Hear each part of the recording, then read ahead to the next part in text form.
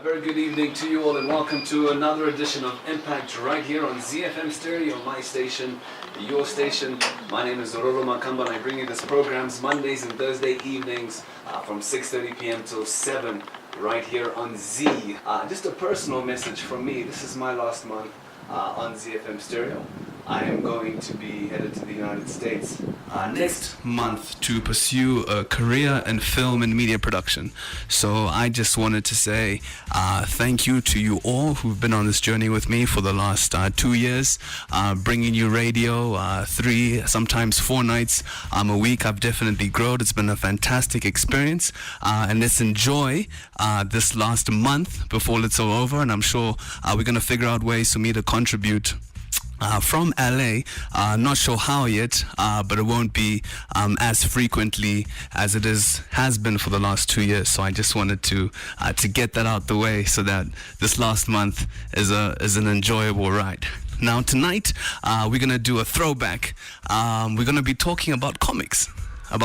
There's a inaugural comic book convention that is happening later this month, and it's being hosted by the boys from Comexposed. And in studio today I have Eugene Mapunda and Tino Makoni, and we want to talk about African superheroes. And you know, a lot of us grew up and we are familiar with Disney and Superman and Batman, but this issue of context and Africans and not telling our own story always comes up when we do these shows, and we want to figure out, do we have any local superheroes? The comic book industry is thriving world over, but what are we doing about it here in Africa and of course in Zimbabwe? So gentlemen, good evening and welcome to the program. Good evening, thanks for having us. How are you geeks doing? I couldn't be better. It's so good to be here. It's good to be in your world, man. Yeah, this is my domain right here. yeah, very different from our side. You guys want to describe what you're wearing, Eugene? I'm wearing a classic Batman T-shirt right now, black and yellow. Mm-hmm. Yeah. I'm wearing a Spider-Man T-shirt from one of the covers of Spider-Man versus the Hulk. You guys are geeks. How old are you guys? We're old enough. We're old enough to bring out those questions. But let's start with the convention. Why the need for a comic book convention, gentlemen? The need arose when we realized, as comic book creators, that in our country there's a lot of talent coming from comic book creators or comic book enthusiasts, and there's a lot of value in creating comic books in the first place. However, there's a disjointment, if you can call it that, between the people making the comic books, publishing the comic books, and the people who could benefit from the comic books. And those people are the general public, the corporate world, investors, or the ordinary guy on the street who just wants to hear a good story, or who wants to, find a new avenue for work or education, something like that. Mm-hmm. There's so much use for it, but then there isn't that much information on how to take advantage of comic books, or how to start them up, or how to get value out of such an industry, or how to establish an industry locally in the first place. Do you know anything you want to add on? Well, the other side of it is, just as people don't know that you can benefit from the industry, it's I guess it's from within every African artist, there's this burning desire to tell our story. And nobody's been telling the story. Every artist, one of the things we found as we got to talk about this convention and invite other artists to participate in it, is they were surprised there were others like them. Yeah. Artists themselves weren't talking to each other. They didn't realize that they could work together to create something. So this is not only to bring the corporate world and everyone watching in, it's also to bring the artists together so they start producing more of what they've always wanted to do, their own stories. Mm-hmm. I was on the phone with my mom on the way to the studio, and she was talking about how back in the day there were plenty of places for them to go and read comics, and they'd spend hours, sitting on a chair and just getting in and stuck into these books. And just having a chat with you guys before we went on air tonight, the older generation is more familiar and they grew up with comics. And when I say comics, I'm talking about the hard copy. But the guys, younger generation, these guys, not so much. But this is still an industry that brings in billions every year. Yeah. Why is that? Well, I'd say the older generation, there was a lot of comic material coming in, and of course technology wasn't where it is today, so that was the main means of communication and entertainment for the younger audience when that generation were much younger. So a lot of that was coming in. Then there was the strange gap phase that I think came sometime after us, because we grew up reading Beano and Buster. You could buy those at Bon Marché. So we're talking 80s and above, yeah? Yes. So they still saw them. Then there was this gap, and then they came back with the resurgence of the Marvel movies, of the DC movies, of all of that suddenly made them come into the limelight. But comics themselves never left. They just left our shelves. So that was the only problem. Yeah. I mean, my parents grew up reading titles like Roy of the Rovers, and it just so happens that stuff like that was very popular because the world wasn't so consumed by social media in the same way that it is today. You could have young people coming together, sitting down and reading a comic book together. It was a communal thing too. That's how geeks could come together. And for young people back in the 60s or even in the 50s, there was no television. So seeing special effects of someone with powers, that's something you'd see in a book, something that you'd share with a friend, and you wouldn't switch it off or put it away. And there was less competition for it, like Tino said. So definitely the culture has changed because of the movement in technology. But aren't there added advantages because of social media, Snapchat, Instagram? If I'm a freelance artist, I have so many different platforms to share my work, and I just cut out the middleman. There's no need for me to go through Bon Marché or TM. I can put my work, develop, a followership, and I can start making material. Absolutely. Yeah, why haven't we seen that? Technology has helped us big time in that way, because It's helped the Americans, but has it helped the Africans? Yes, it has. Actually, it has to. Well, to those who are familiar with the technology, yes, there are some examples. I mean, Loyiso Mkezi in South Africa has he's gotten a huge audience for his title Kwezi, and that's largely through the internet. And you find that local artists such as Walter Barnum Sonza have released really, really world standard type of comic books such as Zimbo Stars, and that was published online.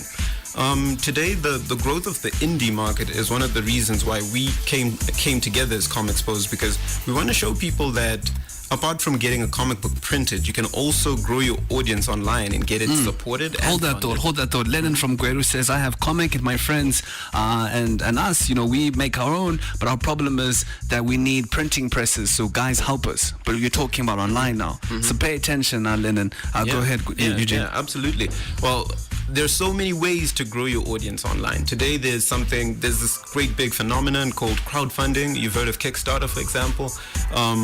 There's so many ways to get your audience. If you're telling a genuinely original story, a good story, if you're pouring your heart into it, there are people who'll notice. There'll always be someone or a group of people that are willing to share that idea and plow into it. Today with the internet, it's so simple to find out how to create a donate button on your Facebook or YouTube channel, where people who subscribe to your content simply plow into your dream. And that's just one of many ways of getting your idea out there. And there's Zimbabweans, there's South Africans, there are Africans doing this as we speak. Yeah. Well, let's talk a bit more about the business model. So we found our audience now, and guys who are drawing comics. How now do they monetize this passion? Well, comics work the same way as any kind of print media does. It's all through your advertising. So first and foremost, you have to, as Eugene said, grow your audience. You've got to get that fan base growing. Some people think you just draw your comic, you get it done, you create your hero, you throw it out there, but no one will read it because they don't know you, they don't know it, they haven't grown to love it yet. When you've got that fan base and you can prove that to an advertiser that there will be people who will follow that, they jump on board, and then you fund your comic forward and onwards. However, as Eugene has also pointed out, that's the traditional model. Nowadays, there are people who live off drawing a page a week and just publishing that online. And a community who just love that story will sit and pay $1 to see the next page. And that just goes on and on. Imagine that with 2,000 what people. content draws that audience? Is it satire? Is it the villain and the hero? I mean, what's something that you can never always go wrong with when it comes to storytelling and comics? Wow, that's a good question. I read a lot of online comics, and I realize that there is no one best method. There is no one, genre that attracts everyone. I think, in the words of a comic book creator that we talked to recently named Roy Okupe, if you're telling a good story, if you're offering a great product, it doesn't matter where the audience is from. They'll buy into it. Mm-hmm. I've seen some of the most ridiculous stories. There's a lady who makes a very interesting comic book. It's a comic strip about a designer, and she follows the different problems that he encounters with his clients, his print company, his internet service provider, and so on. And she runs with that. She's been running with it for over 3 years now, and it's successful because she just tells it really well, and it's funny. Mm-hmm. And then on the other hand, there's a horror strip that I know of, which is 3 panels long and is equally as successful. But I guess it boils down to the execution, the quality of the story, and the consistency of the artist in bringing out this kind of material. ZiFM Stereo, my station, your station. This is Impact. I bring it to you Mondays and Thursday evenings from 6:30 p.m. till 7. In studio tonight, I have 2 geeks. One who is wearing a Superman t-shirt. Another one, Spider-Man, sorry. you can't trust me to do anything. Another one, the classic throwback Batman, and we're discussing comics and storytelling, and of course there's a comic book convention that's taking place later this year. If you guys have any questions with regards to our topic tonight, any comments, do send in those to 0772 168 045. That's 0772 168 045. Let's go now to the context and issue of storytelling. Who is an African superhero that we could start drawing and creating today? What is an African superhero? Do we have one, first of all? Who are maybe figureheads that we can look to for inspiration? It's a good question. The debate, there's an ongoing debate as to what constitutes an African hero, or even African storytelling in general. Since few people have done it or done it commercially, people are very... there's a lot of copying, and there's a lot of new stuff that people don't understand. So I would say if one wanted to create a story at this point in time, we've got such a beautiful heritage across Africa that people can draw from. You can pull from our past because no one has written about our past at all. There's no reason why you can't take a person, a figure from our history, and turn them into a modern day superhero. There's no rule against it. Who would we look at? Oof. Wow, you've got a good one, don't you? Eugene, who would we look at? If I wanted to create a character from our past, I'm very interested in the story of Chief Mapunda, actually. Why? Chief Mapunda was one of the last great Roji warriors, and there's so many myths about him. Amongst them, there's this myth that he could fly, and I find that so interesting. And if you do your research and you look at depictions of Chief Mapunda, you find that sometimes he's pictured holding a rifle, a musket loader instead of a spear.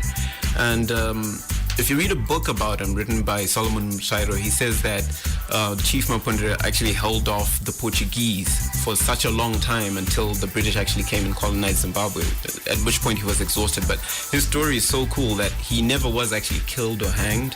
He went on this hunger strike, even though they imprisoned him, and that's why he killed him. So he wouldn't let them take his life, he took his own life. So to me, he's like this great superhero kind of guy who had these cool powers, because our own, oral tradition says he could fly. He was the mightiest last Roji warrior and all that. And I think it would make a great premise for an epic. I think I would start there. And are you doing so right now?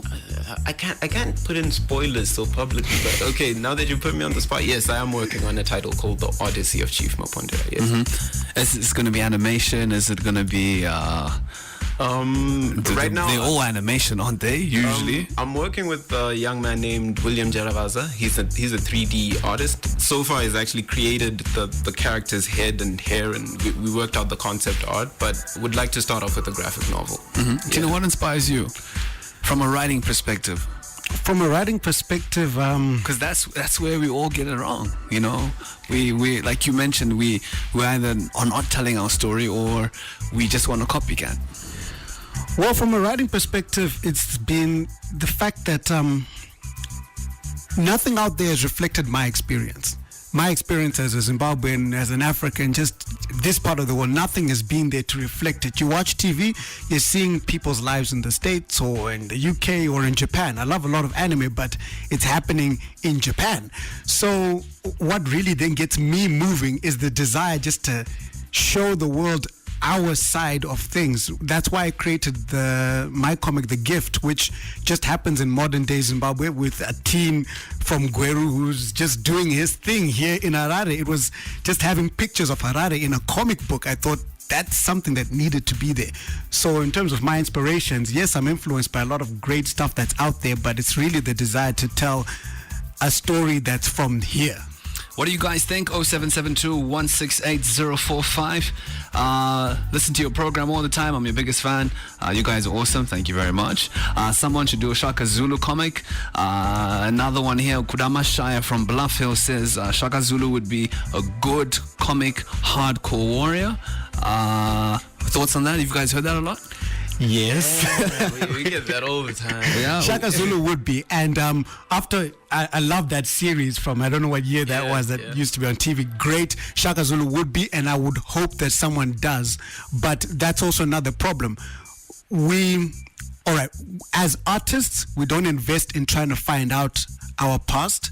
So we get stuck on Shaka Zulu. There are so many more out there, but we narrow down too quickly on the mainstream, the quickly identified ones. But I think that there's so many great stories out there that we can find that Is are it not because limited. the research is expensive? Or people aren't willing to give you that information? Oof, it's difficult to say. I can't say the research is expensive. It's time consuming. It's just really time consuming. When you start, we went to a nerd night, I think last week, and we discovered so much about just Bantu, just where everyone says they come from and the history of that traveling of all these tribes in Africa, and you realize that our story is so deep, it's so expansive. You go all the way up to Egypt and then back down. There's stuff in there, but we don't look far enough. Eugene, what happens at a nerd night? Well, at a nerd night, you have discussions, you have a question segment. Well, it's So there's so many more nerds and geeks out there. I'm just, you'll be surprised. I mean, Tino just mentioned Nerd Night. There's also Zimfire, which is the Zimbabwe Festival of Inspired African Animation. There's JAG itself, which is an organization that already exists. And then there's Comexposed. And then there are all these other small private groupings. I'm told that the community in Bulawayo alone is huge. There's actually supposed to be another convention at the end of the year. so when which people is are listening to this program and thinking, why on earth are they talking about comics? There's a big industry out there. Actually, yeah. There are a lot of people who know exactly what we're talking about, who are probably spazzing out as we speak. but yeah, to answer your question, yes, the community is gigantic. And I just wanted to add on to what Tino was talking about when you guys were talking about these characters from the past and so on. And one thing that I'm a proponent of, because I also write about comic books and write in comic books, the modernization of our ideas and the relevance of our current ideas. I respect Shaka Zulu and all the historic figures that we have in our past, but sometimes I feel as though us as African artists use those as token ideas that we know are acceptable by default. Those characters or those historic figures, they standardize our comfort zone. They stand for our comfort zone. It's so hard for us to come up with new ideas, but I actually lobby for it. Like, let's come up with something current, something modern, something sophisticated that the audience will look at and say, that's African, but that's still smart. That's African, but that's still technologically advanced. That's African, but you know what? That's cool. I'll wear that on a t-shirt, you know? And I believe there's so much more of that lurking in young people's minds today, and it's not getting a chance to breathe. Because everybody's looking back and saying, just do a Shaka Zulu already, or just do a, Nehanda story already. Those people are great. We read about them. We love them. Yes, we don't look down upon them at all. But this is a new age where everybody's looking for new ideas. And if we keep going back to the same formula... I guess because no one's got it right properly the first time. So there's always going to be that reference point. We would want a situation where all those stories are being told. Simultaneously. Yeah. It would be great if, as Eugene's saying, he is writing one about the olden days, the ancient days, in as much as he's writing stories about the modern time. So I would love that mixture, because that's what builds our heritage and builds upon it, and builds our culture in general. Biggie Sandy from the City of Kings says, I would like to see a comic book about a man who the whites called the Black Russian during the liberation struggle. And that is a cool title. My man, I like that too. Tanasha says, hi guys, what do you think of photo action books? Photo action books. So maybe let's say what that is first and then get your opinion on that. I'm not necessarily familiar with the term itself, but I think I know what it means. It's those comics that are more or less created when a person takes a picture and then annotates it with the word bubbles and everything and puts them in sequence. So it's a comic book done with real life people and maybe with a couple of effects and so on put on top of that. I don't mind that as a means to an end. I don't mind that as another form of comic storytelling.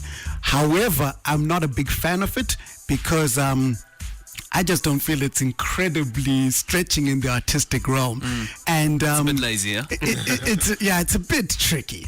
It's good if it's maybe centered around like a celebrity or something, then that's what's necessary. But imagine one on Tintin or Pokelo. Yes, something like that could certainly work. Yeah. I think that would definitely work. But then if it's like the main thing, I'm not so sure.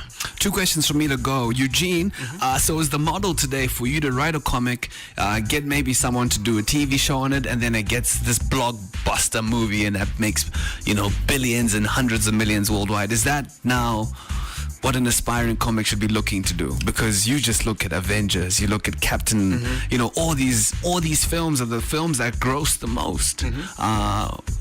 Every time they come out. Well, I guess that's the dream. I don't think there's anyone who wouldn't want that.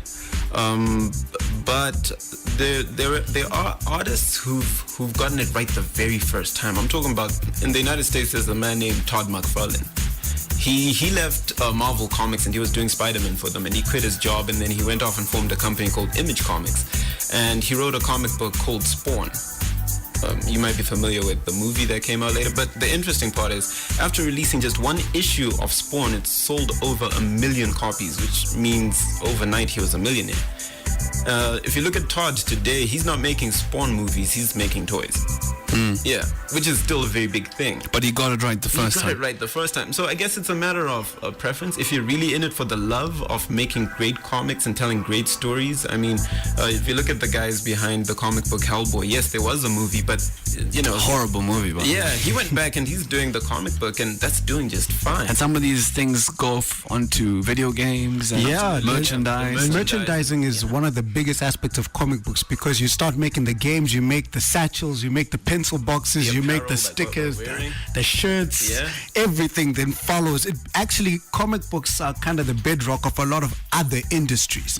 So that's why we started there. We figured, let's get people accepting new stories, new ideas, and that might spark a light that will develop into other things. Maybe we'll start getting Zimbabwean sci-fi. Maybe we'll start having our own Flash and Arrow. They've already done it in South Africa with that movie. Was it District 9? District 9, which was then followed by and that won an Oscar, right? Or it was nominated for. No, it was nominated. It's good enough. It's one of the top 10 best sci-fi films of all time. Hi guys, loving your show like always from George in Wedza. Let's close this out. When is this Comexposed convention? Time, place, and what do people need to do? Because I can imagine there's going to be more guys dressed up like you two. Absolutely. All right, the Comexposed Zimbabwe Comic Book Convention is happening on the 25th of April at Alliance Francaise. It's an all-day event starting from 9 a.m. and finishing at 5 p.m. It's going to have the games, comics, cosplay. For those who don't know what that is, that means you can come dressed up as one of your favorite superheroes as best as you can. You don't have to break the budget here. As best you can. And there's a discount at the door if you come in cosplay, so you can save a little bit of money on your entry there, which is only $3. And for those of you who are more interested in what we're talking about today, there will be presentations on the day from the likes of Ngobizita Mlilo, award-winning animator. Carl Joshua Ngube will be talking about growing your online online audience and online persona. Limbikani S. Makani of Texim will also be there. He's also presenting. Claire Dongo, the only female animator in our country, will be there too. And Sharon here says, can we get more comics with female leads? Yes, I write a comic book with a female lead, and she's from Bulawayo. It's entitled Umzingeli. So yes, you'll be getting a lot of that. Okay. Yeah. Fantastic. Gentlemen, all the best to you, and interesting show. I'm glad there's an audience, a lot of apps are coming. And it'll be great to see how that is received. But tell our story, please. If you guys begin to do so, more people follow. Stop thinking about it, stop pondering, stop being lazy about research. Just go ahead and do it. You'll be a rich man for it, and you can give me a cut. Awesome. Yes, Look sir. forward to seeing you there. Thank you for having us. Thank you. Stand by. This is ZiFM Stereo, my station, your station. I'm off to the Millers party at Maestro. So, I'm going to leave y'all with 10 Diamond and some tags before the news. So we're going to party. Keep it locked here on Z.